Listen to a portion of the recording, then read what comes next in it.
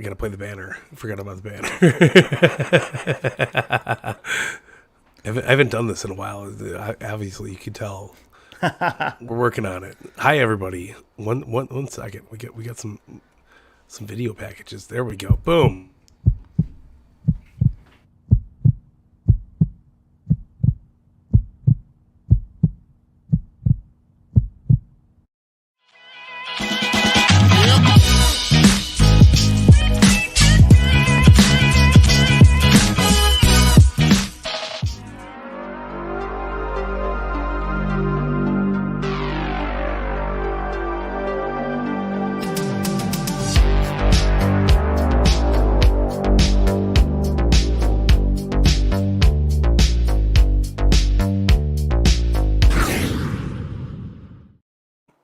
Ladies and gentlemen, welcome to the All Elite Wrap-Up brought to you by the beautiful people down here at the Turnbuckle Tavern.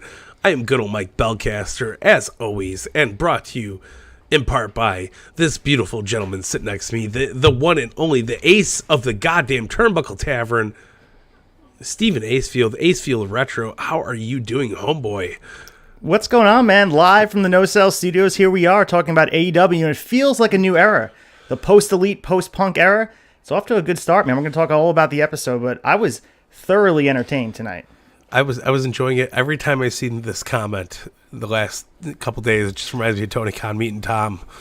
Back up, hand sanitizer, wash hands. Back up, hand sanitizer. Oh, thanks for coming. It's been great. Let's fucking go. No, King of Hueco Mundo, you are like our, you've been in every stream, dude. MVP this week.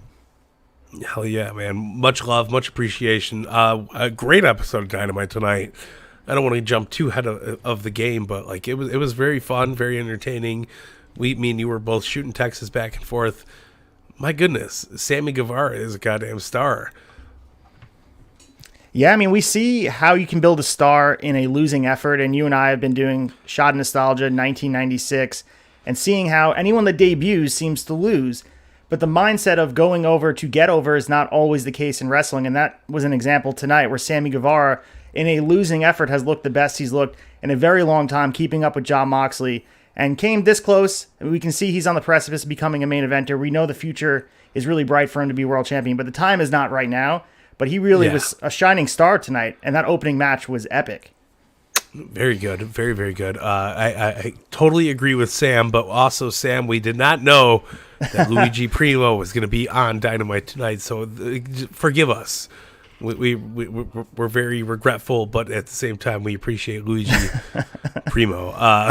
And yes, we did see the sign, CM Punk owns the Bucks. It was fun. It was good. He got a shit in. You know what I mean? Tyson, Austin, Tyson, Austin. We're going good. All of our homies are here.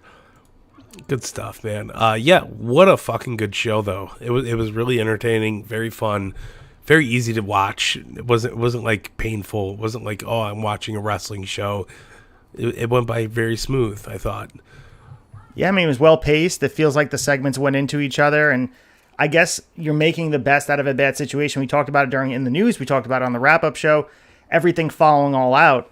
A lot of different talent is getting showcased, and, of course, we get some, finishing touches or, I guess, more seeds of what's being planted for this storyline with now that we know is Stokely Hathaway the Firm. So we'll get into that, and you and I were going back and forth with how the segment was constructed, but at least we're getting story being weaved in and out of Dynamite, and I think everybody would be happy with that. Yeah, no, it was something. It was a very valiant effort by Tony Khan and AEW. I thought it was a fun episode. I get a lot to say about these suspensions and all this. I know you want to get into some news. Please, let's get into some news. I'm not even doing a drop tonight. We gotta do a drop. I mean, it's been too long since we've done the news. Let me find one. I'll do the honors and find it. All right? You drop the drop. I'll be here in anticipation of it. I got you. What do you guys want to talk about? Ooh! Everybody doesn't like the Cody in honor of Sessions tonight. Let's go. The Coaster leading us into the news, and it's been a while since we've done the news because it felt like the lead story took control of everything, and it over-precedented everything else on the card. So now we can get back into the nuts and bolts, and some of it will have to do with the Elite, obviously, and CM Punk. But let's start with Jon Moxley, who qualified to go into the finals to take on Bryan Danielson for the vacant AEW World Championship. The two-time AEW champion was set to go on a 6-week vacation following his loss to CM Punk at All Out. Obviously, we know that has changed, and he's pretty hot about that. So this was done. Indie star Robert Anthony recently appeared on the Tyrus and Timph podcast and revealed that he and Moxley were set to go on a fishing trip after All Out, as Moxley was planning to take not 4, not 5, but 6 weeks off. Well-deserved. He's been carrying the company on his back, but seems like they need him right now more than ever. And Moxley's doing good, man. This is from Anthony. Man, he was supposed to be on vacation 6 weeks. We're going to go fishing. Now he's back at work. He's not too happy about it. He's pissed off, and he's back at work. And he cut a hell of a promo on Wednesday. We'll see where it goes. You know what I mean? Just a lot of negatives and the positives over there. So now we have the final set for Grand Slam. Jon Moxley has to be getting compensated for being on his off time. The writing seems to be on the wall that we're going to be getting Bryan Danielson as our champion, but Jon Moxley is the ultimate team player, doing more of, as we know, taking the bull by the horns, leading by example. He's supposed to be off. He's now, again, 3 weeks in again, wrestling in big moments and carrying AEW. He's been the heart and soul, literally. Yeah.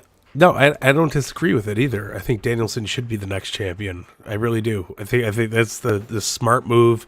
Give your title a little bit of notoriety, a little bit of face value, if you will.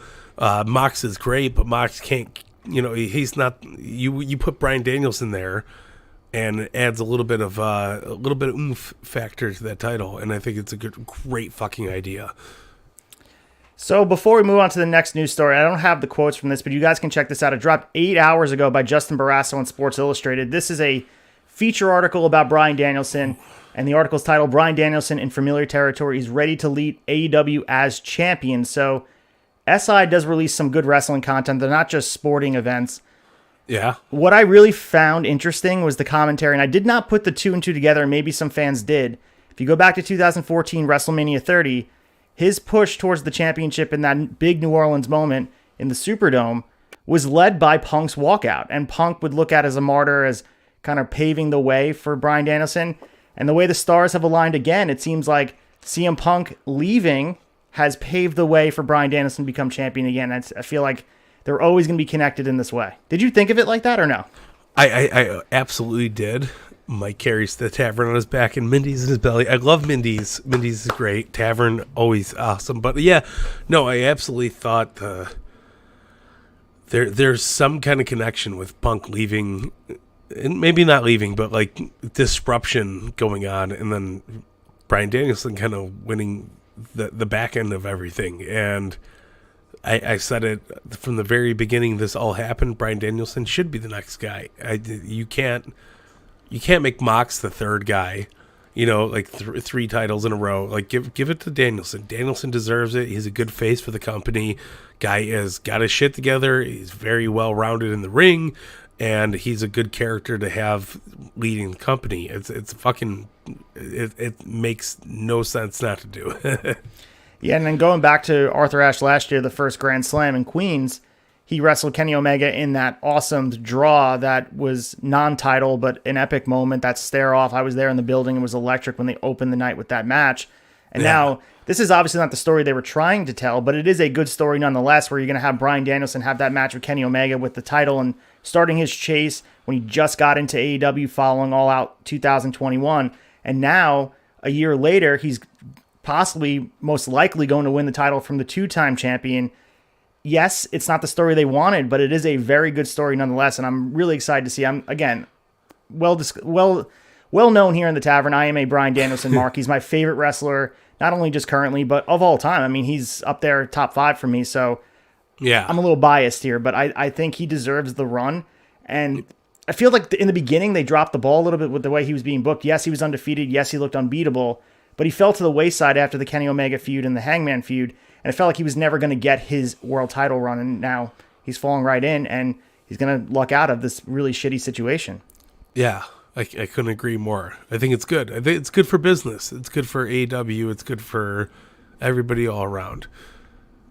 So the next in the news, we have some more updates on the suspensions, who's in the building in Albany and who was not. Where's Kenny Omega? Where's Brandon Cutler? Where's Michael Nakazawa? So let's start with Pat Buck. Obviously, he's a backstage presence. During Dynamite, he's a producer, so he was kept off last week's TV tapings due to his involvement with the backstage melee. So Buck was described as an integral part in breaking up the fight, but they still suspended him nonetheless because he was physically involved. And now he was backstage tonight, back to his normal duties. So he's back there. We don't have an update about the other guys involved. So obviously, Christopher Daniels right now is currently in Japan for All Japan Wrestling shows. He was not originally scheduled to be tonight, but allegedly he was involved in the melee. Then you got Michael Nakazawa and Kenny Omega are also in Japan, both not involved with AEW business. So we saw the tweet today. Kota Ibushi and Kenny Omega were together, hanging out, which warmed my heart, man. Seeing the Golden Lovers together, playing video games. Nakazawa was scheduled to be wrestling in Japan. Kenny Omega was scheduled to be promoting Fight Forever, but they're saying he's not on official business. He's still on suspension. I feel like he's still on official business there for Fight for the Fallen. No matter what. It sounds like a more suspicious suspension than it does him just randomly going out to Japan, doing his thing. He's very committed to the video game, obviously. He's got his heart and soul into it, but at the same time, I don't see him shying away from doing work while he's quote unquote suspended. And not trying to jump on the Alex Jones tinfoil hat. We already heard that on Sessions. We heard yes, we heard but great but job, I do by mean, the way. That was a thank you. episode. But at the same time, I feel like Kenny is out there doing business, and there's no reason why Kenny should have up and went to it. It just seems a little fishy. Kenny's in Japan, the promotion's out there doing fucking work for the video game. What a better time. Brandon Cutler's back, Pat Buck's back. Like a lot of things have kind of just went under the bus, man. So I mean, we have Kenny Omega in the Bucks, Michael Nakazawa, Brandon Cutler, Pat Buck, Chris Daniels were all suspended. Obviously CM Punk and A Steel, or we don't know. So as far as the guys that have not returned, in-ring competitors, the Bucks and Kenny Omega, it is unknown on how long they'll be suspended. It seems like an impartial party is now investigating the situation. And word has it that anyone that loses their job over this, whether it be backstage or not, will be seeking legal ramifications. So there are a lot of rumors on Punk and Steel possibly being released once the investigation is over. But right now, nothing's confirmed. Alvarez did note, as you mentioned, Brandon Cutler was in the fold. He's back. We're not getting BT, which we'll get down and further in the news. But people are starting to come back. And I think Chad had mentioned this on the last time we were on here. Maybe it was like in our chat because we talk so much about wrestling. He seems like this story is disappearing much quicker than we thought it would. Like we're just kind of back to business as usual. Is it because we are inundated with information, or so much came out at once? It feels like no one's really talking about it anymore. It's like old news.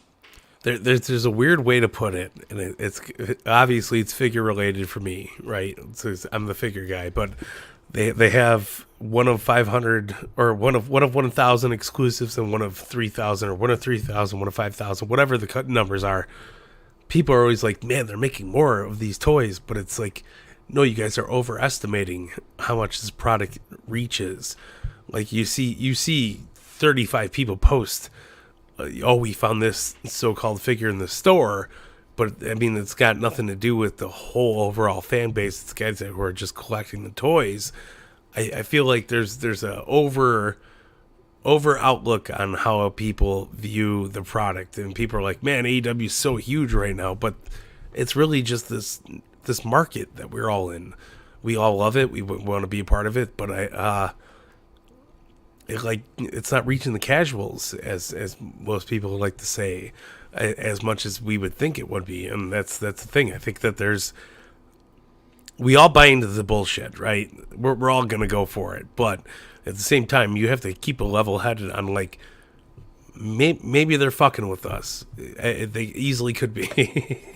Well, we'll see when everything comes to pass and who comes back, who doesn't. It seems as of right now, if you were not involved physically, like directly attacking someone, you're still suspended. But if you were involved in breaking it up, you're now back to work. So guys like Chris Daniels, Pat Buck, those guys are now Brandon Cutler. Now they're back to work. So I think we're going to have to wait and see on the Bucks, Omega, and CM Punk. And obviously, CM Punk's injury plays a part in this because we may not get resolution to any of this conflict until Punk is ready to come out and possibly come back healthy. You said you don't think he's going to be released. I think you're still leaning on the side of the conspiracy theory that it is a work, and that's fair. There are some seeds that you can plant to that. But besides the fact of it being a conspiracy theory, think about it like this. Would you release CM Punk over a technicality? Because that's what it really is. He came out, obviously he was playing the heel, obviously he was full of all of the Punk shit, like fuck these guys, fuck everybody I work with, I don't like it. I get it. I've been there. I've worked at shitty jobs too. It's I just don't understand. Like, you can't be Tony Khan and let that press conference go through and then fire him afterwards. You'd rather do it in the spot while it's happening, because like obviously he was very disrespectful to AEW in general. So like, I mean, if I was Tony Khan and this is my company, I'd be like, hey buddy, go take a fucking walk and like chill the fuck out before you come back. You know, like it was too easygoing for it to not be something. I don't know.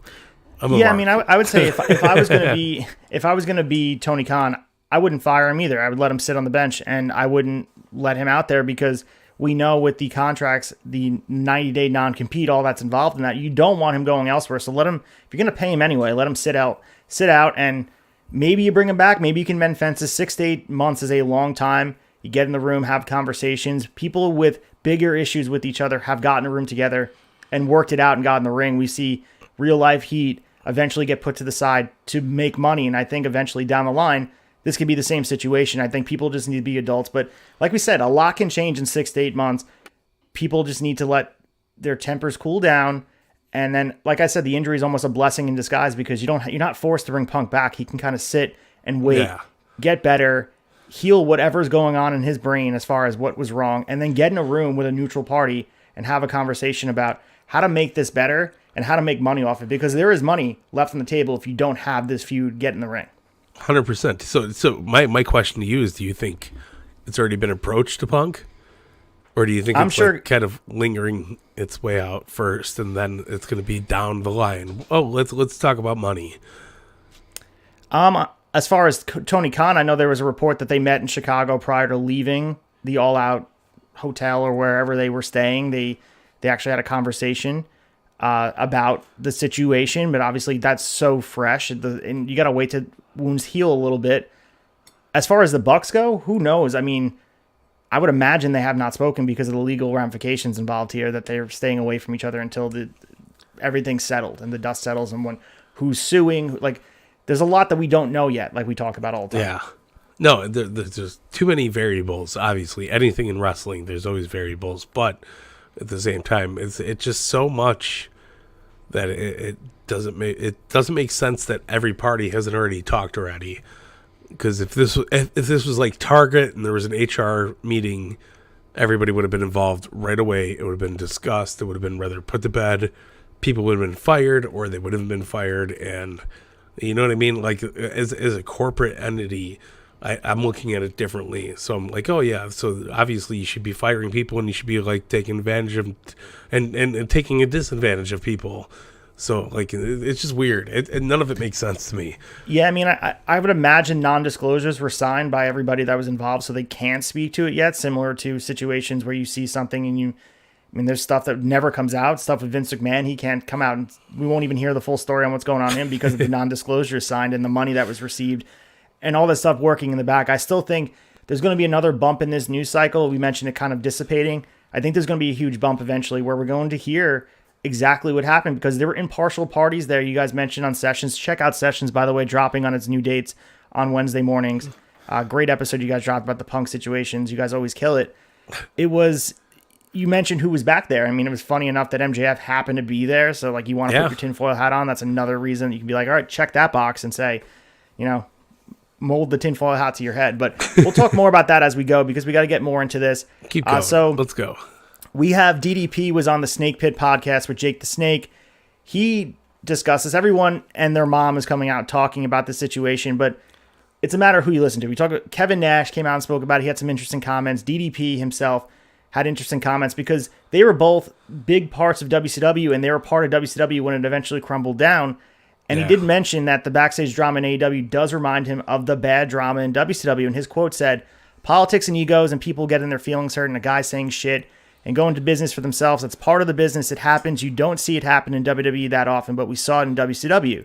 He did mention that CM Punk was very entertaining to watch. He said he's a guy who wears his heart on his sleeve and says what he feels, and that's really worked from the past.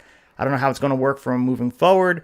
I saw when WCW was getting towards the end, Punk's always been that guy who says how he feels, and it's always worked out good for him. It will be interesting to see. And he just went on to talk about how great the AEW locker room is. They have just as much talent as WCW had, so very complimentary about what's going on there, but very honest, because that has been the murmurs. That's what the skeptics have said about AEW so early on, that it feels very similar to WCW in 2001, and like that is the worst description you can have for a wrestling company, because we know WCW sin. I just picture that in my brain, like that pay-per-view.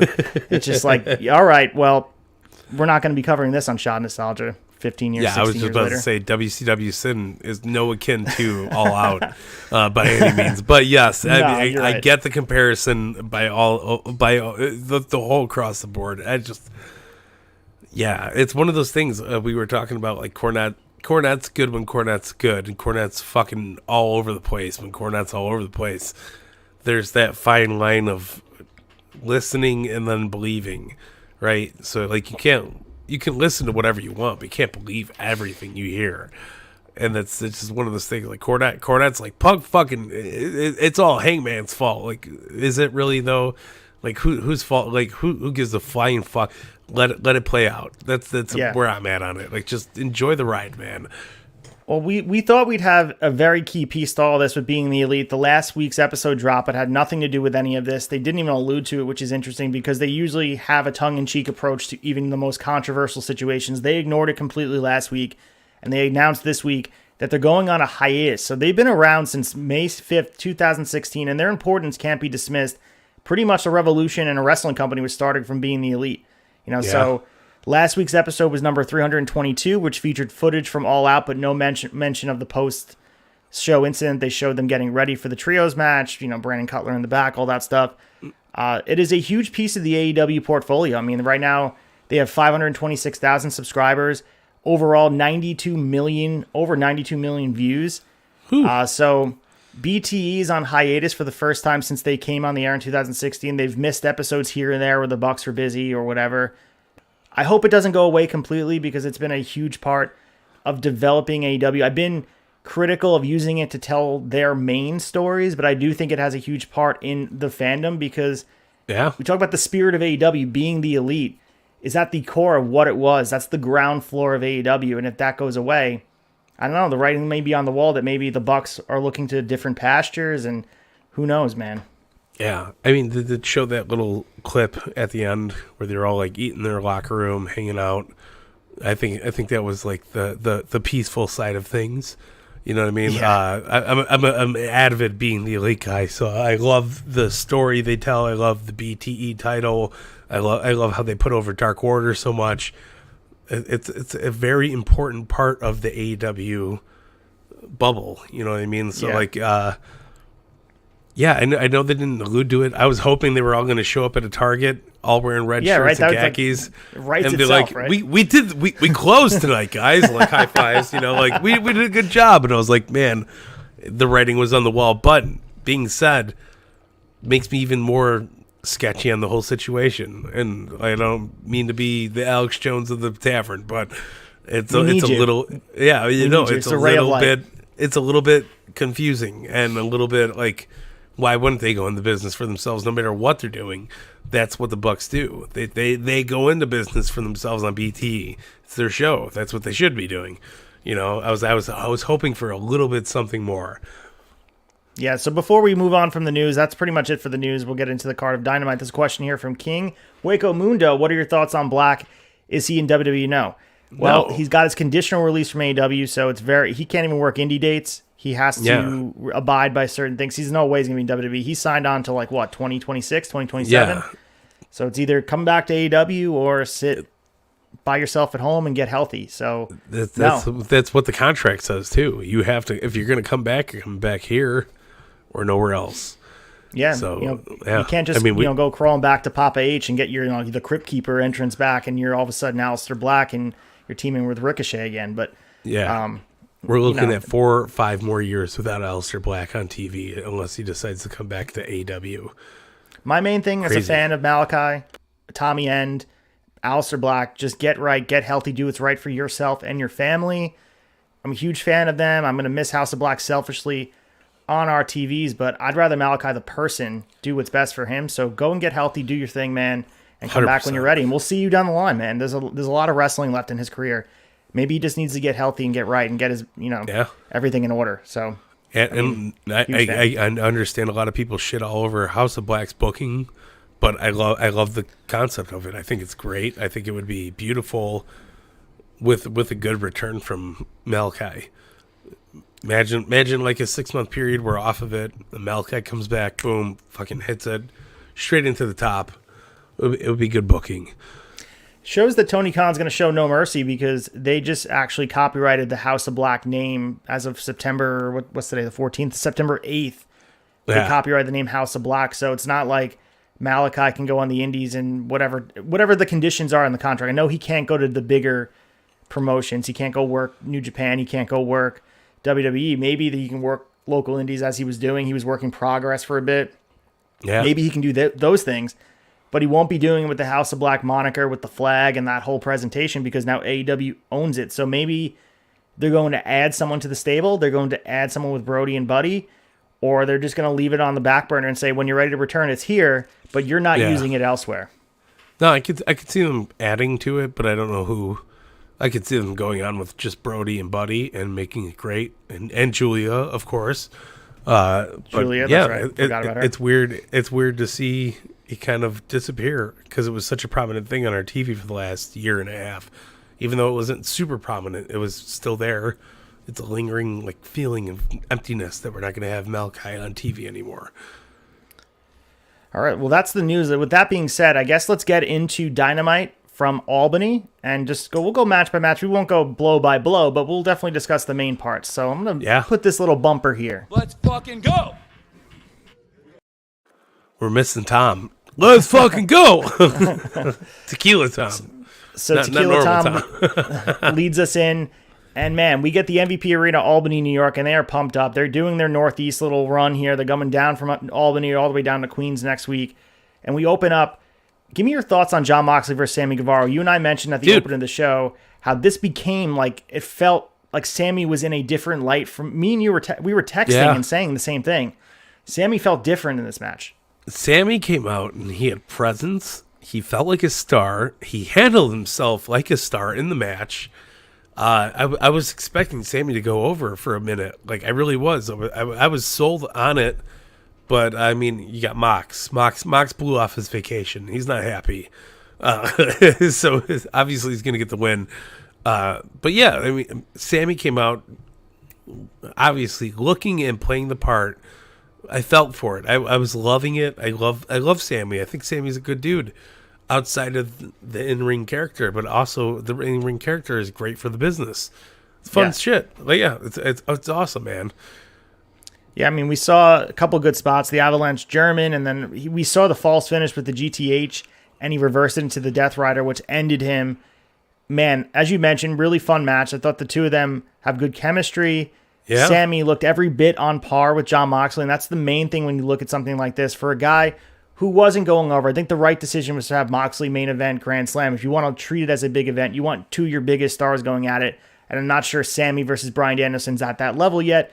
Who's to say next year we don't get there? But while Moxley's there, he's already back. Let Grand Slam be his finale here before he goes on his fishing trip and starts fly fishing and sitting in a boat somewhere, getting sunburn. I was really impressed with Sammy here. And we've seen him do the spots. We've seen him be athletic. We've seen him have matches that make you say, wow. But this, for me, was one of the first times I looked at Sammy and went okay, he's hanging with the main eventers, and he's presented himself as such. And it had a lot to do with the way they didn't have Ty come out in the beginning. The way he came out just basking all of it. They didn't do the whole makeout thing, which is the cheap heat at this point. That's the gimmick. I get it. but also it made Sammy feel like, all right, I take this seriously. Of course, we saw Ty later in the match get involved, but that's just part of being a heel. I thought Sammy's presentation was much better tonight. No, absolutely. And you could tell, like, even when he was sitting on, like, ringside, hyping himself up, doing the tongue, he felt bigger. He really did. He felt much bigger in this match than he ever has in anything he's been doing. So I'm happy to see it. Even though he took the L, I thought it was fantastic fucking pro wrestling, man. And I thought Sammy looked like a star. I thought Mox looked like a star. It was good. It was a great opener. We would talk about this on Shida Nostalgia all the time, how you could open up a show with a fucking heat seeker, or you could do it with nothing. And this was a good heat seeker to open up that fucking 2 hours of pro wrestling, man. And it was great. It delivered on every fucking level. Yeah, I think AEW has that down. They set the tone for the night. It's what's in the middle that gets them a little bit in trouble as far as the story goes. They really started off with a banger, ended with a banger. Inside the sandwich, sometimes they have trouble filling it with the right ingredients. But tonight I felt like they did a good job with that. So following this banger match, which was interesting, the placement, because MJF is supposed to be presented as this threat to Moxley. He comes out following, like he could have, if you look at this in kayfabe, he could have come out while Moxley was out there. I think it actually helps MJF's character by waiting until Moxley was in the shower, getting rested from the match. He comes out and cuts a scathing promo. Lots of energy. I've missed MJF on the mic greatly. He has, his interactions with the crowd, yelling at people, calling them fat, looking directly in the camera, all classic stuff. And they did mention the history that he has with Moxley, where he lost to Moxley, but he mentioned, I'm not the same guy I was. So they're building towards, in my opinion, is going to be Full Gear down the line, where he's going to be wrestling for the title. It's not going to be against Moxley, in my opinion, but MJF said in the tone, I want that goddamn title, and awesome. Yeah, no, I could not agree with you more. If MJF was a character from The Office, he was Jim Halpert, always staring right directly into the fan's face, always telling shit like it was legit, like a very wholesome, great interview. I thought, and I was texting my friend in the middle of it, and he was like, "This sucks." I was like, "No, this is the best fucking of MJF you can get, because he's being honest." He's being sincere. He's calling out the crowd. He's being the fucking heel he is. But at the same time, he's telling you exactly what it is. I want that fucking title. And no matter who has it, it could be Mox, it could be Danielson, it could be fucking Christopher Daniels, it could be Michael Kazawa. I don't care. But I know that there's going to be a great match there in the middle of it. And I think MJF is going to eventually be our AEW champion, man. I can't wait for that, and we do have more of that story, and this was an interesting dynamic. We were waiting to hear what the connection with Stokely Hathaway and MJF was. I know Young Anthony, shout out to him in the chat, he mentioned that they do have a history of actually being a pair on the indies, so shout out to Young Anthony for recognizing that. They did mention their history a little bit as well on here.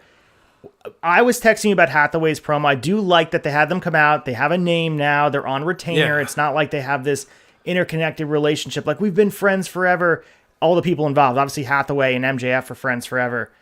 The one thing I didn't like was that MJF left the ring. I felt like MJF probably should have stayed with Hathaway and been next to him to really, because the crowd completely deflated as soon as MJF left.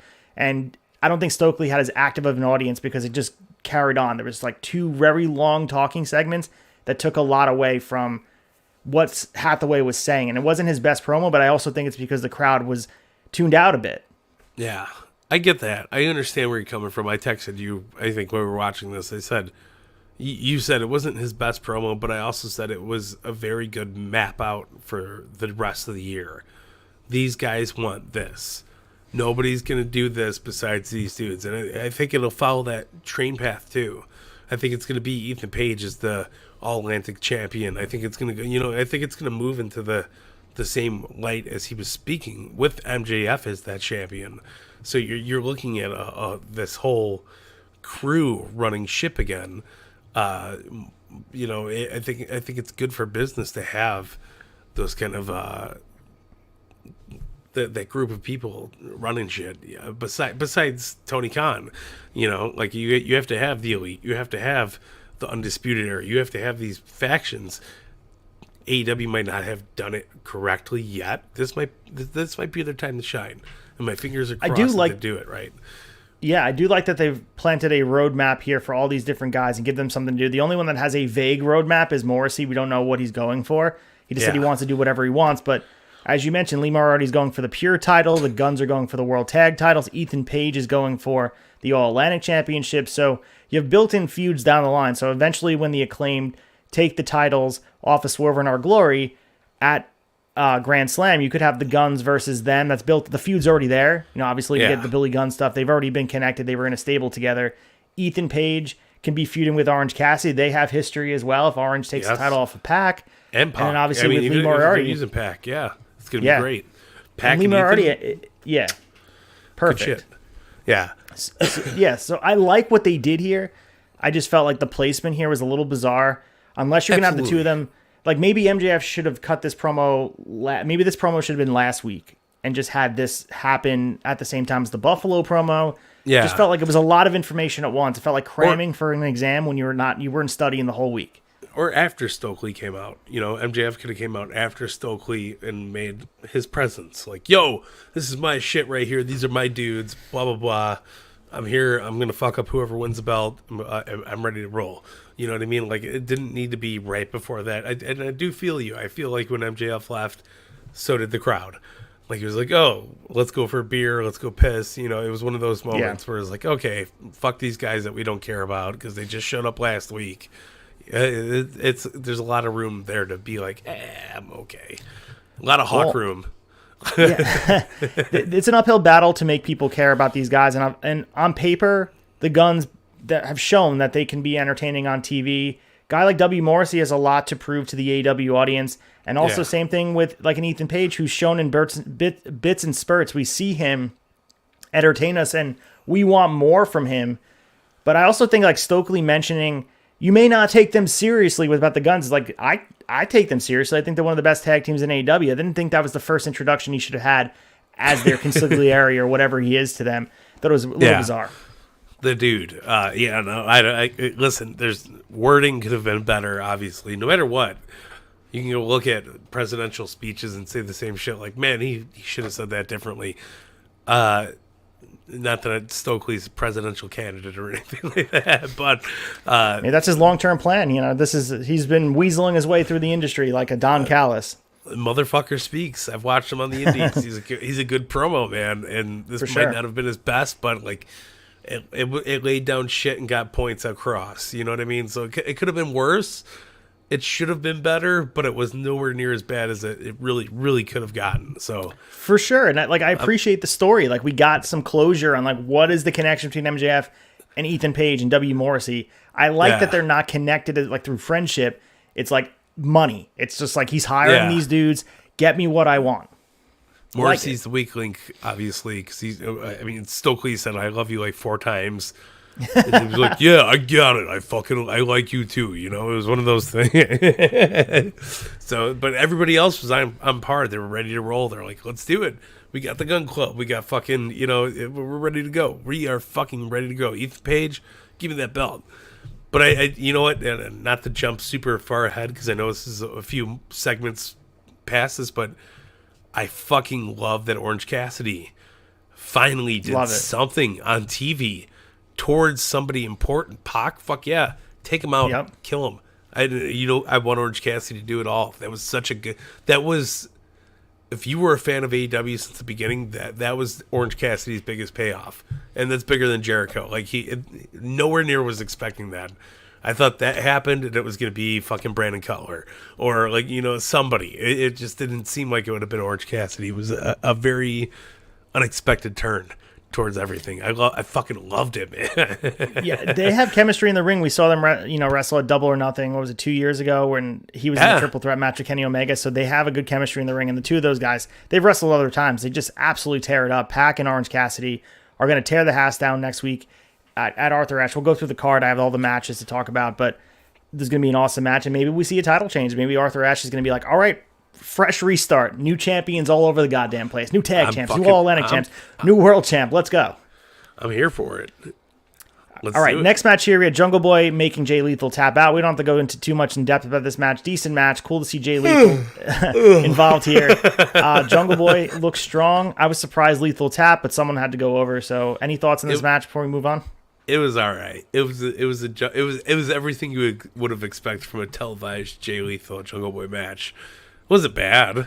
Just wasn't great either. And why? What the fuck did we need? It's Luchasaurus with the fucking, I don't even know what they call their faction, the Jay Lethal faction. What is it? I don't even know if they have a name. They're just Sanjay Dutt, Jay Lethal, yeah, it's just, and they're just a Sanjay. bunch of fucking marks, and so Lethal in the marks. I don't think that this belonged in the middle of it, and it was a weird addition. But I'll love the Jay Lethal. He's a Tavern supporter. He took our stickers. Fucking heartbeats, yeah, Instagram hearts all the way for Jay Lethal, brother. But yeah, it wasn't great. It wasn't bad. Your mic just went out, Mike. So just so you know. So as Mike is getting his mic fixed over here, so we had Luigi. Yeah, your mic is out. Luigi the Primo guy is making independent interviews across the board. He's in the back before he even gets a word out. He gets booted in the face by Ethan Page. So I hear you now. Ethan Page cool. hit him in the face. We thought we were going to get Luigi the Primo guy. We've seen Tony Khan pull this out of his playbook. He goes on the indies, whoever's fresh on Instagram. We've seen it with Warhorse. We've seen it with the guys from NWA. Luigi Primo, the pizza maker. We've seen that go viral with him like tossing dough in the air. Yeah. He made an appearance on AEW. I don't know if he's local to Albany. Do you know anything about Luigi? He is a New Yorker. I know that for sure. Okay. Awesome fucking gimmick, though. Like, really stupid fucking silly gimmick. Like, he holds the dough when he gets, like, speared. And then he comes back up and he spins it. Like, it's fucking stupid, but I love stupid gimmicks, man. And that is a good one. Awesome. This is a very, very good one, yeah. I felt like they were pressured in the Warhorse. It was like the pandemic. Everybody's tweeting that they're like, Warhorse. Warhorse doesn't do shit for me. Sorry, Warhorse. It's a good gimmick. It's rule ass, man. Like, where do you go from there? Well, I mean, the people that came in for the open challenge, some got signed, some didn't. Warhorse was not signed, so I guess that's all you need to know about that. I don't see Luigi Primo having a spot in the AEW roster either. Fuck, man. He's main event next week. He's going to Arthur Ashe. He's going to take on fucking Moxley, Danielson. We got some great ass pizza here on Long Island, so maybe, got to give him his due on Long Island. But Tony's pissed. He wants I want the deep dish. I want the fucking deep dish. So Danhausen and Page have a match on Rampage, and also Matt Hardy challenges Darby Allin, another Rampage commercial. Can we talk about that for a second? Sure, go ahead. There was a very long promo, first and foremost. Darby Allin, I am Matt Hardy. You've challenged me and my brother, and we are the kings of extreme, but you are a little bitch. Like, it was... Why are we doing this? I love Matt Hardy. I don't think he should be calling people out for televised matches anymore. I was going to say on the roster. Yeah, honestly. that too. I mean, he could be a dark guy at this point. They fucked it up. Like, he should have been woken, broken, whatever the fuck it could have been. I thought that was over, right? Like, that was so over in Impact, and then it came over to, like, this is when I was starting to, like, come back to wrestling, was when the Woken thing was going on. I was working it. I was like, what is this? I don't get it. And I watched it, and I was like, oh, this is fucking great. Brilliance, why are we doing that? Yeah, like, that drew ratings. People love that shit. It was Impact's highest viewed YouTube video for fucking years. And you bring Matt Hardy in, and like he's like, "Oh, we're going Team Extreme, baby!" Boom, and it's like, no one wants that. Matt Hardy with a gut wearing his jeans from 1999. No one wants. I'm sorry, I don't want it. Nobody wants to go see Guns N' Roses again, man. I'm sorry, but like Axl Rose looks like he's a fucking turtle, like outside of his shell. It's fucked up. But I mean it with all the title love, of this man. video is Mike Belcaster shoots on Axl Rose. Fuck Axl Rose. He ain't no sweet child of mine, man. No, let's keep going. All right, so we get a squash match, Powerhouse Hobbs, and it's followed by a Ricky Starks promo. Seems that they're continuing the feud. Lip open. He's all, I mean, hit the spine buster. They're trying to get this finisher over as a finisher. We were all shocked about him beating Ricky Starks in 5 minutes at All Out. Yeah. But both guys they're- deserve to be pushed. Powerhouse he's a future world champion too, man. Man looks like $1 million. 100%. They're ward loading him right now. Like, they're like, you're going to go out and spine bust everybody, man. It's going to be great. But, like, the kid that he was working against didn't look like he could sell tickets to a fucking a goddamn Kiss reunion show in '98. Like, the kid, I had no sympathy against it, man. I don't have any hard feelings, but that guy looked like fucking 160 pounds, jacked. Like, you're out of the gym, you know what I mean? Like, fucking fresh ripped, and obviously Hobbs is going to go in there and eat him. And there's no fucking working around it, man. Yeah. I wasn't expecting Mike shoots on Albany talent, Matt DiMartino. Another video. What's his name? Matt Bartino? Matt DiMartino. He makes pizza. He makes pizza in New York, too. That's the motherfucker. You should have tagged team with Luigi. You would have had a better chance against Exactly. You guys could have made like a football pizza and wrapped his head around it. And fucking, there's so many good gimmicks with the pizza thing. But anyway, yeah, fuck, man. You bulk up a little bit, brother. So the next match we had here was bizarre booking, and I'll let you kind of maybe talk me off the ledge here. I thought this was very weird. The match itself was amazing. Swerve and Our Glory defending the titles against the Lucha Brothers.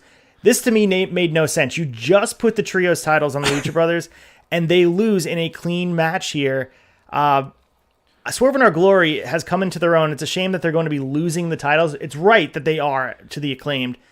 They've really, as a throw-together tag team, I know they teamed on the Indies. They had history together. They felt very random.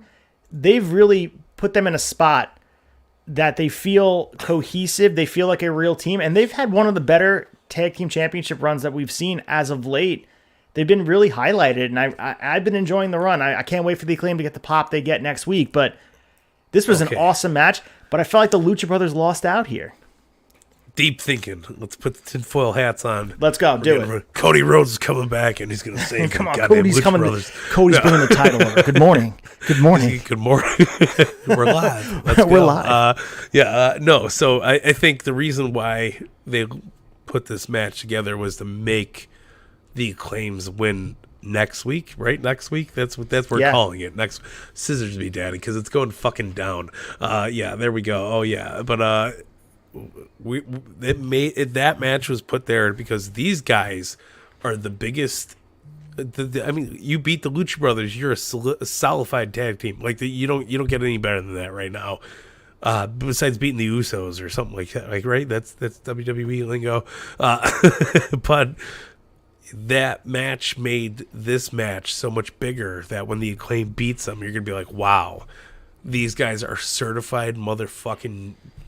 Jeez, bona fide thugs. Bada boom, realest dudes in the room. That's what we're doing. This is the Acclaim, brother. But I would argue, isn't there another tag team you could have them have a banger with? And off the top of my head, I'm maybe even the Gun Club. Like, defend your titles against them and have a I know they're not the Lucha Brothers, but the Luchas were just coming off of that match where they just won the trio titles. Yeah. And now they're in losing effort. I guess you can make the argument that Death Triangle as a team still looks strong, but when they're just 2 out of 3, they're not as strong. But still, match was really good, but I also felt like it hurt the Lucha Brothers to start their reign as trios champs. That's just the way I look at it. There probably could have been a better match, but Bobby Fish just quit. So, I guess. Bobby Fish, I could have put in the news too, man. He was talking so much shit about this GTS stuff and Kenta, and I don't know if you're following that, dude. Bobby Fish has not stopped talking since he got released. No, he's been very UK too about it. He's like, CM Punk's a fucking cunt, man. Like, I want to go have a pint with him and talk words about things because, like, but I don't. Listen, everybody can say anything that they want to. It's all one side until we hear a full story. Until there's a third person in the room with a camera and talking about shit. You don't know anything, and that's why I always say just go with the flow, man. Enjoy the ride, because we don't know what the fuck's going on.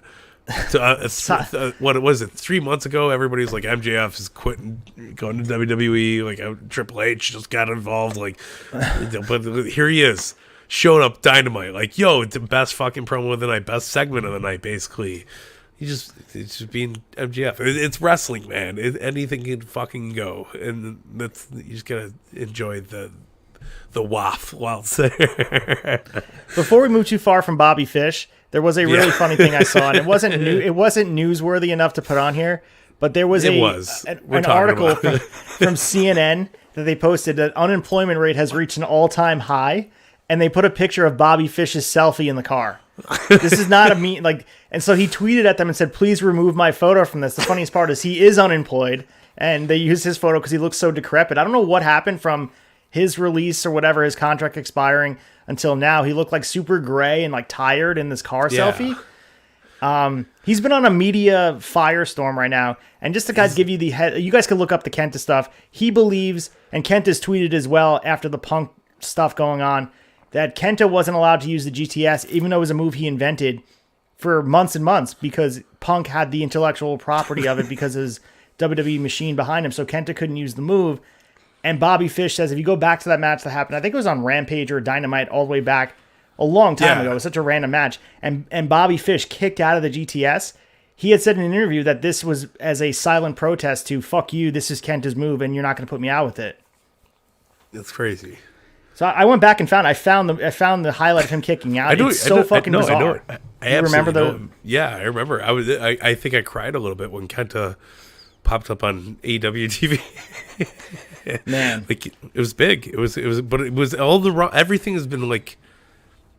That's the thing. We've had really big explosions, but they've all been in the wrong directions. Like there's a building and blocking the actual view that Tony Khan has that we're not seeing. Because it's like, oh, here's Red Dragon, boom. But like, it's like, we're going to book everybody like shit. Adam Cole's sick now. He can't, he's got head problems. He can't wrestle. Bobby Fish being going in the business. I mean, that whole media scrum could have been punked shitting on Bobby Fish. I mean, he really didn't. So like, you know what I mean? Like that was probably one of the worst. Because Bobby Fish could legit kill him. Like I think Bobby Fish, like we talk about the Bucks and Omega. Oh yeah. Bobby Fish could like break. Like, it's funny enough. I think Bobby Fish had tweeted like, "It's funny that Punk goes off when I'm not in the locker room anymore." Because Bobby Fish is a legit like he could break someone's arm off. It's off of the socket and just like carry it home with him. Yeah, but also Bobby Fish is not. He doesn't have a job there.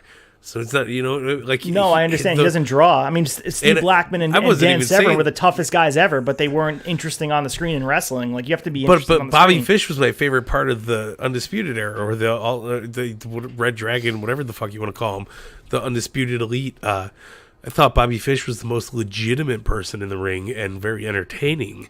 And what he did was way more disrespectful than... Hangman calling Punk a cancer to the locker room, and like, you know what I mean? You want to talk about workers' rights? Yeah, you want to talk about? We'll talk about workers' rights, man. We're right here in Texas. That's fucking Hangman territory, motherfucker. No, but like, it's there's so much worse out there than this bullshit with Punk. I fucking think it's so silly that this is what we're all hung up on. A few weeks later after the pay-per-view, it's like fucking punk and all that. But like, Kenny's out in Japan promoting the game. Is that really a suspension? No. You know what I mean? Like it's silly. It's just lean back and enjoy the ride. Well, I think at this point it's a public relations thing for Tony Khan. He has to make sure before all the facts are out that it doesn't look like he's playing favorites. And obviously Hangman was on TV last week, but he did the job. Like, it's not like Hangman's in the finals at Arthur Ashe, so he's not siding with anybody. You can say that Hangman losing in that first round matchup with Bryan Danielson was sort of a punishment in its own way, because he wasn't physically involved in the melee, but he was sort of the match that, you strike it lit the whole thing on fire. And everyone's at fault here. Like, we talked about it in depth, and I don't want to get into a deeper conversation about it, but it's, Hangman's just as much at fault as everybody. Everyone played their part, and people handled it in a negative, immature way. So everyone has a fault, and the facts will come out in due time. Yeah, no, absolutely. But I do think Bobby Fish kicking out at the 2 1/9 fucking pin count was worse than what Adam Page said. If I was Punk, my attitude would have been like, fuck Bobby Fish, this piece of shit, he just left the company. And he would have gotten away scot-free, because it would have been like, oh, we just fired Bobby Fish. Yeah, you know what I mean? So it's just so uncomfortably weird that it's Hangman and the Elite. But I think the reason why it wasn't Bobby Fish is like, not to disparage Bobby Fish. He's just not relevant enough for Punk to even go in on him. It's like, it just happened. And he's like, dude's an asshole. Like, don't kick out of my move. But you're not even, a thought in my mind. I'm sure Punk didn't even think about Bobby Fish anymore until now. Like, but then he put over Bobby Cole, Fish is only in people's psyche Adam, now because he's talking about Punk. Yeah, but Punk put over Adam Cole in his whole spiel too, and it's just like, yeah, I'm weird. sitting there like, come on, like bring up Bobby Fish. we need like one of those ancestry.coms, like the 83 and me, whatever the fuck the thing is. And like all like who Punk likes, who doesn't, with all the different arrows. Like he hates him, but he likes him, and they like him, and no one likes Punk. And Evil Uno likes both of them. He's friends with Colt Cabana. Like we need like a tree to lay this out. Punk loves April and Larry. Like that's all he cares we get the about. dog over there. Ace Steel takes care of the dog, but Kenny Omega got bit by the dog and Ace Steel. So who knows, dude? I don't believe. Fuck, who bites? If your Ace Steel's like 10 years older than Kenny Omega, I might be over exaggerating. Guys from Chicago, good dude, but like, you think he's fucking biting people? I haven't bitten anybody in years. I don't understand what. Wait, so you've bitten someone before? I mean, when I was like a fucking kid, and like somebody was like pulling my shit, and I was like, like fucking, you're getting in a tussle. You gotta fucking bite somebody once in a while, but you're talking Ace Steel, man. Dude's bigger than Kenny Omega and the Bucks, like combined. It's fucking wonky, man. That's all I'm saying. Check out Sessions. I went full blown black helicopters. We were talking about retarded frogs and fucking Ace Steel not melting from the gasoline. It doesn't make any sense. God. Good segue here. Alex Marvez is doing an interview here, and they're hyping up the match that just happened. Can we talk to Lucha Brothers? And Pac is angry at him and said, they deserve respect. And here comes Orange Cassidy to set up this match. You talked about it. All Atlantic Championship on the line. Pac versus Orange Cassidy. Not only are we getting the All Atlantic Championship in a big spot, which is adjacent to a pay-per-view, I would say. Grand Slam's like their biggest TV event of the year. And Orange Cassidy in a huge moment here. Knee-jerk reaction. You think Orange Cassidy's going over Pac here? I hope so. I really do. Not to take away from Pac, but I mean, they gave him the trios titles. Like, don't give him everything at once. Awesome. He made the achievement. He was the first double champion. Now it's time to let something go. And I think Orange Cassidy is the fucking dude. Anybody in this company deserves anything. He went to that program with Jericho. He put on fucking banger matches with Pac like 3 times already. We've gotten some really solid content out of Orange Cassidy through the pandemic. I think that the pandemic year of pro wrestling was for the best friends, because I think Trent and Chuck really held the tag division, and Orange Cassidy was out there doing these programs with Jericho and shit, and it was huge. Your mic went out one more time, so I'll finish the thought for him. Your mic went out. You guys, take in the comments. Mike's mic went out. No, we still can't hear you. But you're right. Orange Cassidy's been a huge, huge part of everything going on in AEW.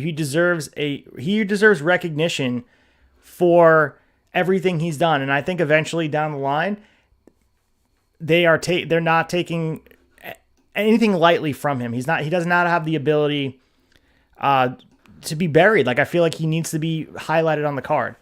And Mike, I still am unable to hear you, my friend. No, can you hear me now? Oh, we got you. You're back. What's going on? Is the wire loose? I don't know. Something's going on. I'd rather I keep hitting it because I'm so excited about fucking Orange Cassidy.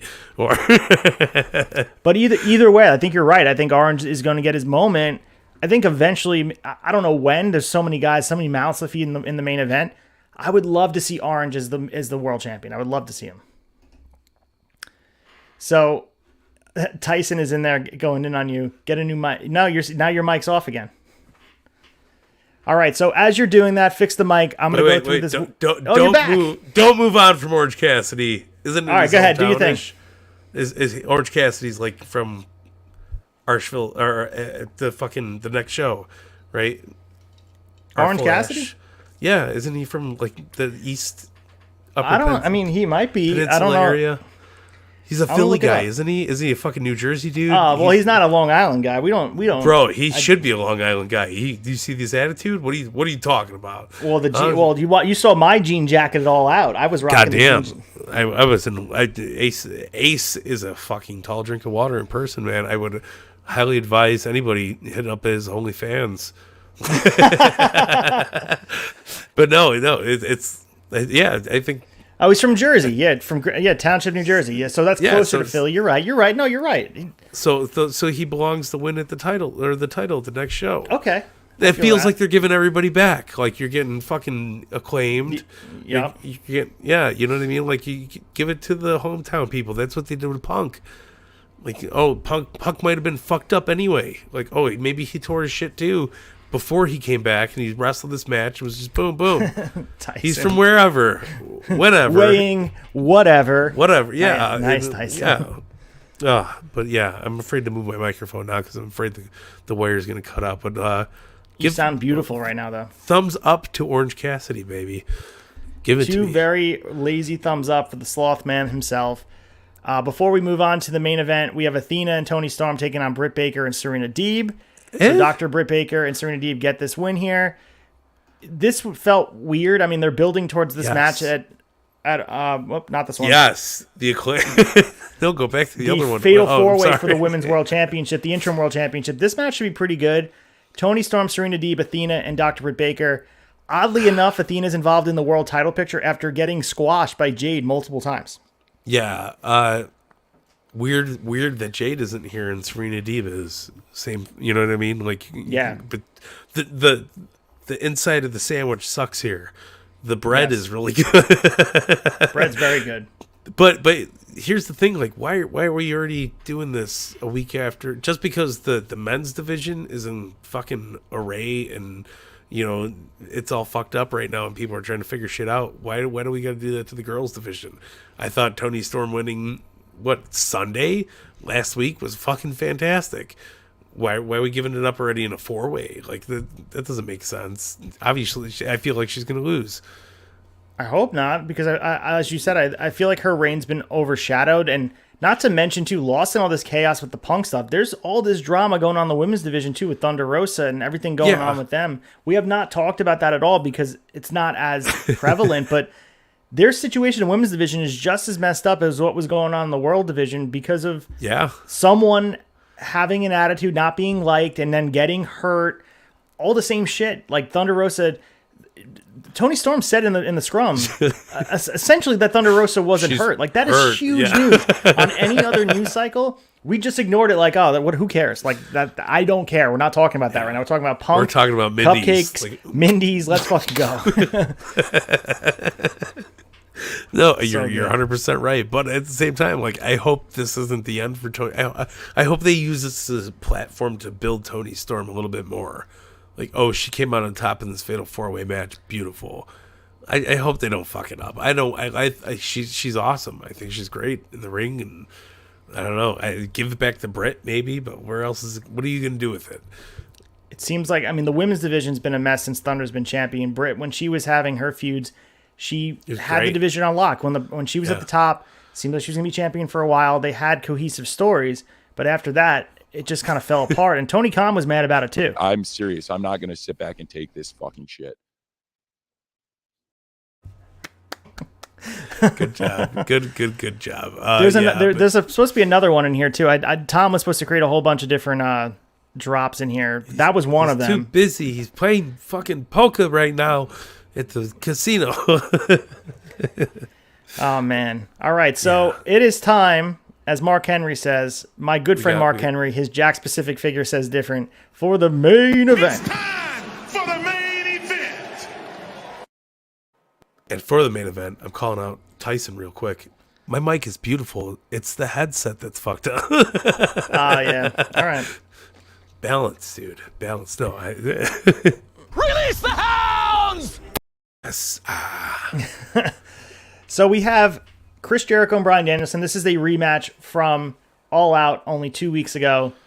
And man, this match topped the All Out match, maybe because of fatigue, maybe because it was buried in the card. Got the highlight it deserved. They started the match around like 9:38 Eastern time, so they had 22 minutes to go all out. Beautiful. Pun completely intended. The match was stiff as hell. Chops galore.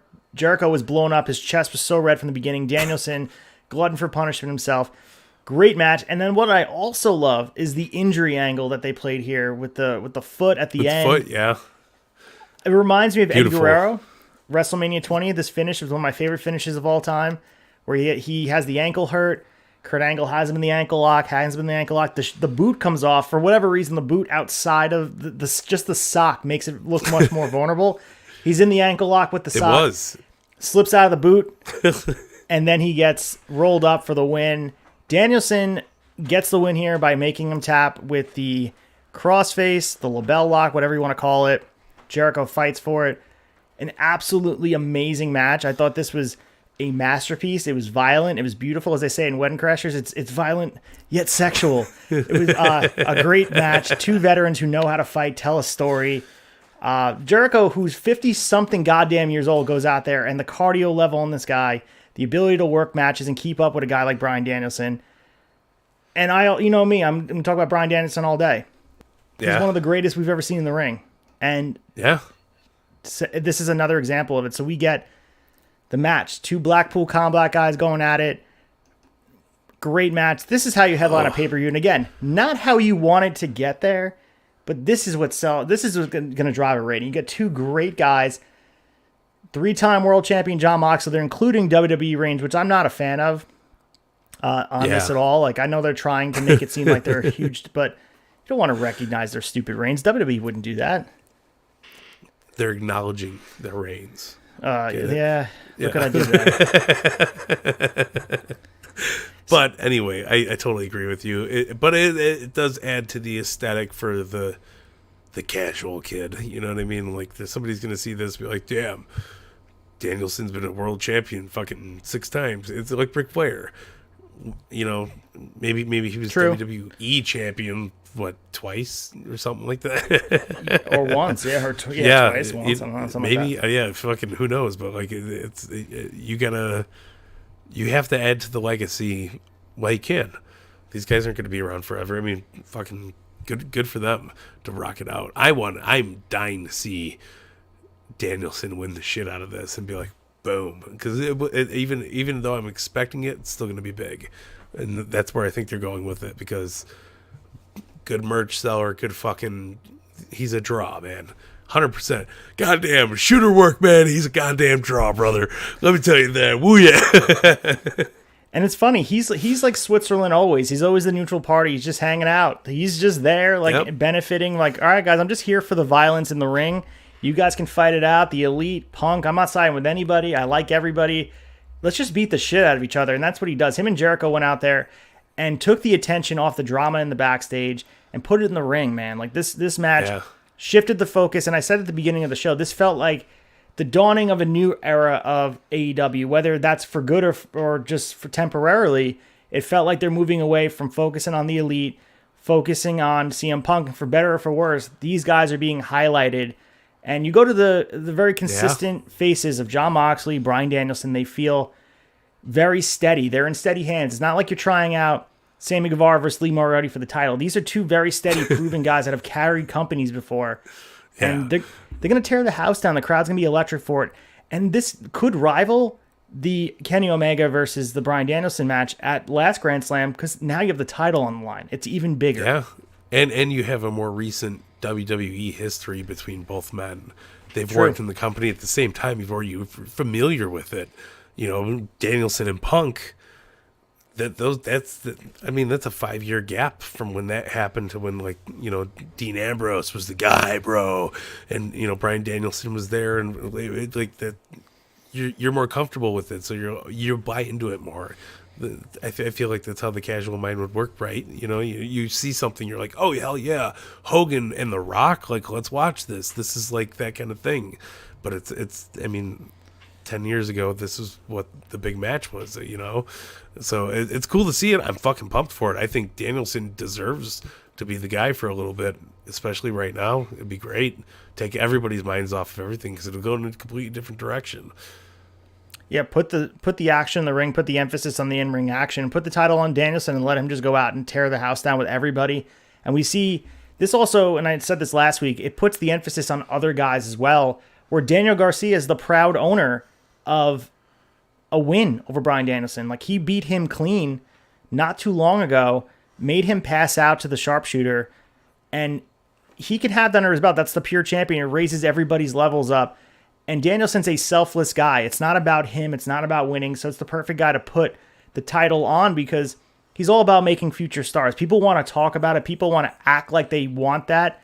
But at the end of the day, Bryan Danielson has shown in this AEW run and throughout his WWE run and through Ring of Honor, he just wants the best match for the fans and wants to create talent around him because he knows at the end of the day, you're only as good as the people that surround you. And Bryan Danielson he emphasizes that. Yeah, I was sorry. I looked at preoccupied because I was looking for the text from earlier. But you sent us the pro wrestling top 500 from 1997. I was going to bring it up to you, and it pissed me off. We're doing it. It's not pissing me off because in 1997, putting Daniel Bryan and that's Dean fucking Malenko right now. Yes, and this is Tony Khan giving Dean Malenko his fucking high five because I think Bryan Danielson and fucking Dean Malenko are two of the best in-ring technical fucking dudes ever. Yeah. And that's going to say, like, I don't know what Dean Malenko partied with, but I know Danielson's just a fucking chill, nature-loving fucking dude, man. Like, it's like it's easy to fuck with him. So you're like, oh yeah, this guy's got the vibe. So yeah, I mean, but Dean Malenko is the same shit. They're in-ring masters of their time. And fucking PW Insider fucked up again.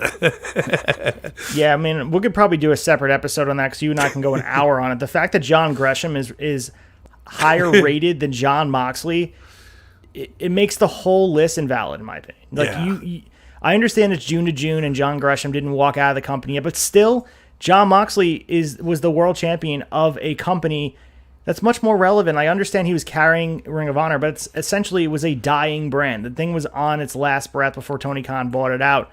And then John Gresham, don't even know his goddamn name. Like, really? And I understand the placement of different guys, but it just pisses me off that, like, I don't know. I guess we should just ignore the PW top 500 at this point. Yeah. I do like that Cardona was like 12. That was fucking awesome, though. What the fuck, man? Wrestling is wild. What kind of schedule is that? It's like from June to July. Like, we're not going to talk about the rest of the impactful shit because Johnny Hot Seat, that's June to July, is going to get, number 12. Sorry, Matt. But, like, there's so many good wrestlers out there. Fuck, man. Like, that was a bad list this year. So yeah, it was a horrible list, but I posted a nice SpongeBob meme on my page if you guys checked it out, and I said, tell someone 3 years ago that Zack Ryder would be ranked ahead of Seth Rollins, Tanahashi, Kenny Omega, Will Ospreay, AJ Styles, and Chris Jericho in the PWI 500, and their brains would melt in their skulls. So, like, yeah, but I think Cardona, like, he's a top guy. Like, you know what I mean? Like, it's not weird, but that just kind of shows where wrestling is at this point. Like, Cardona deserves to be there. I'm not disparaging Cardona. I love what he's done. But it just shows how fucking crazy it's been. Yeah, no, absolutely. It's just a fucking weird time frame for them to pick 500 wrestlers and say, you guys rock. It's like you got 2 months to prove it, man. Not the year doesn't matter. Like, we don't care what you did in January. It's all about what you're doing right now in the summer, man. It's weird. All right, so any final thoughts on Dynamite leading into Grand Slam before we get into our shilling for the week and everything else going on in the Tavern? I am pumped for next week. This was a good episode, though. Good building. This is better than the building for All Out, I think.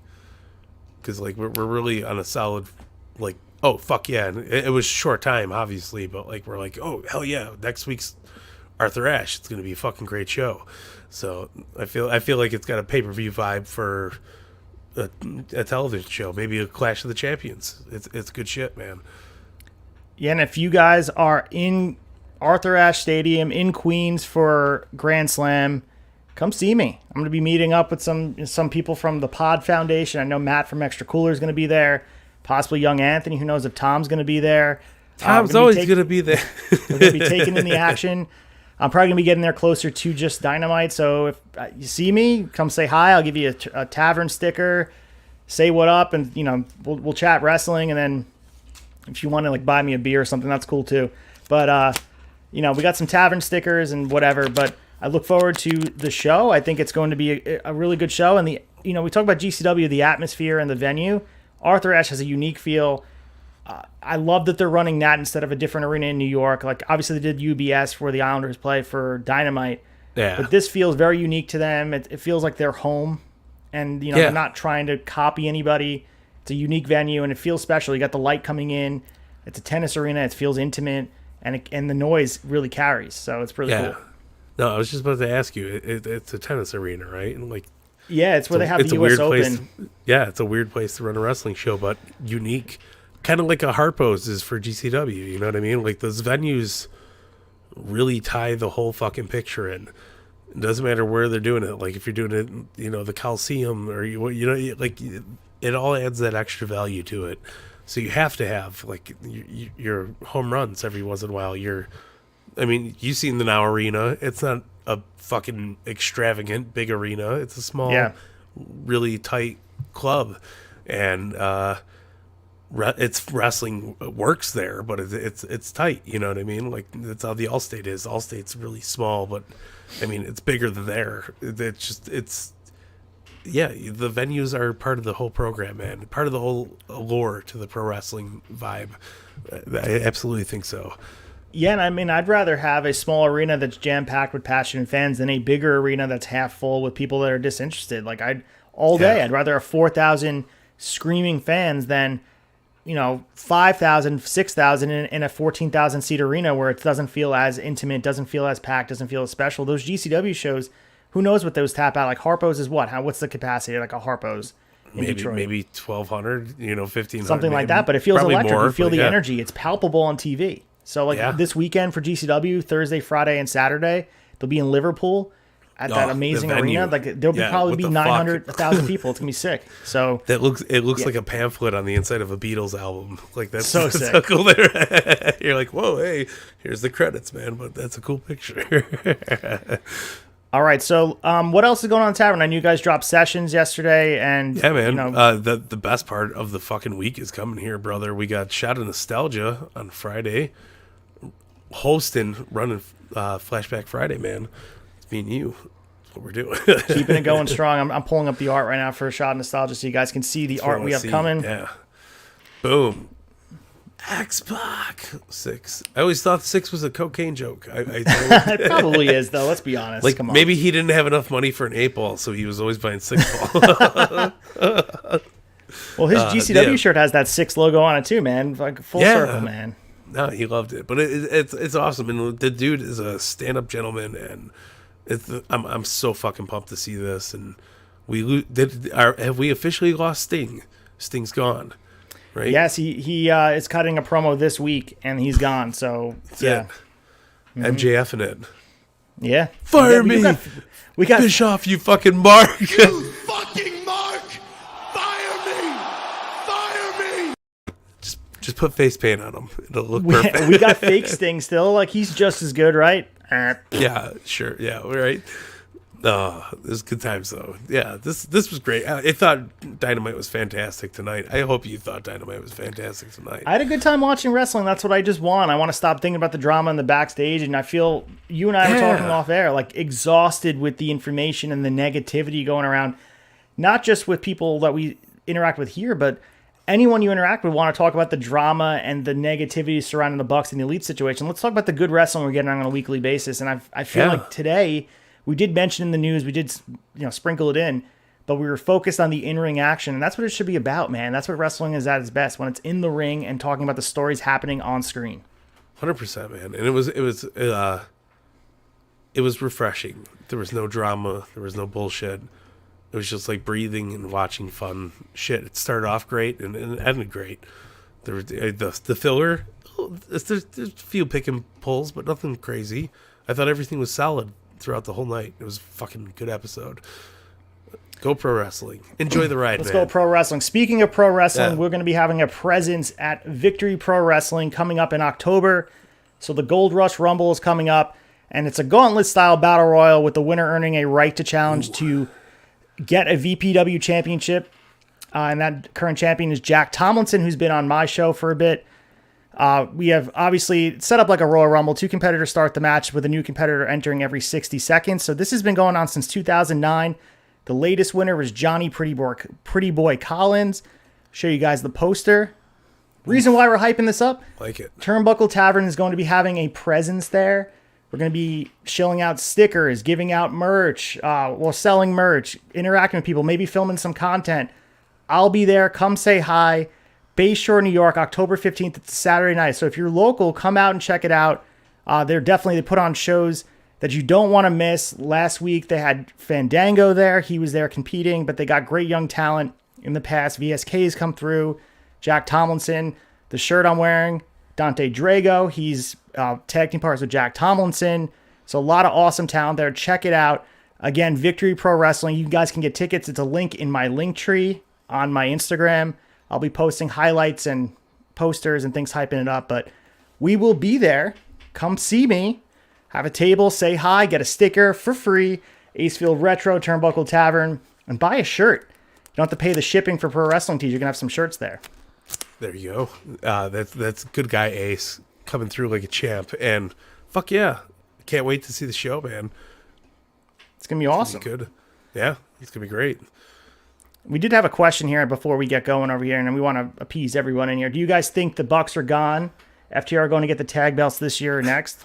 Who knows, man? FTR's got to actually tag team to win the belts again. They haven't teamed; they're just in singles divisions. Yeah. I don't know. No comment. I think the Bucks are good. I think Punk's good. I think everything's gonna be fine. It's gonna be fine. Everything's okay. Dog sipping the cup of coffee. I think it's all gonna, everything's just gonna work out. It's gonna be okay. The EVPs aren't going anywhere. I think that just adds extra butter to the sugar. But turnbuckletavern.com.